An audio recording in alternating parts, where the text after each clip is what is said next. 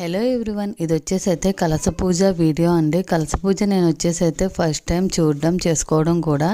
మా ఊర్లో జాతర జరుగుతుంది కదా, అందులో భాగంగా అయితే కలశ పూజ నిర్వహించారండి. భక్తులు ఎవరికైతే ఇంట్రెస్ట్ ఉందో వాళ్ళందరూ కూడా ఈ పూజ చేసుకోవచ్చు అన్నారు.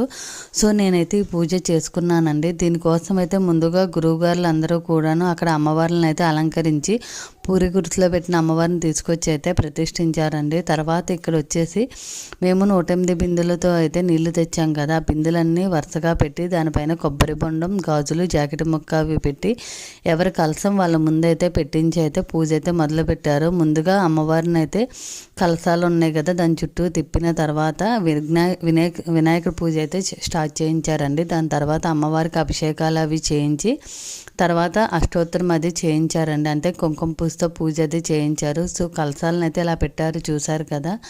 అంతేనండి ఈ వీడియో వచ్చేసి. Thank you, bye.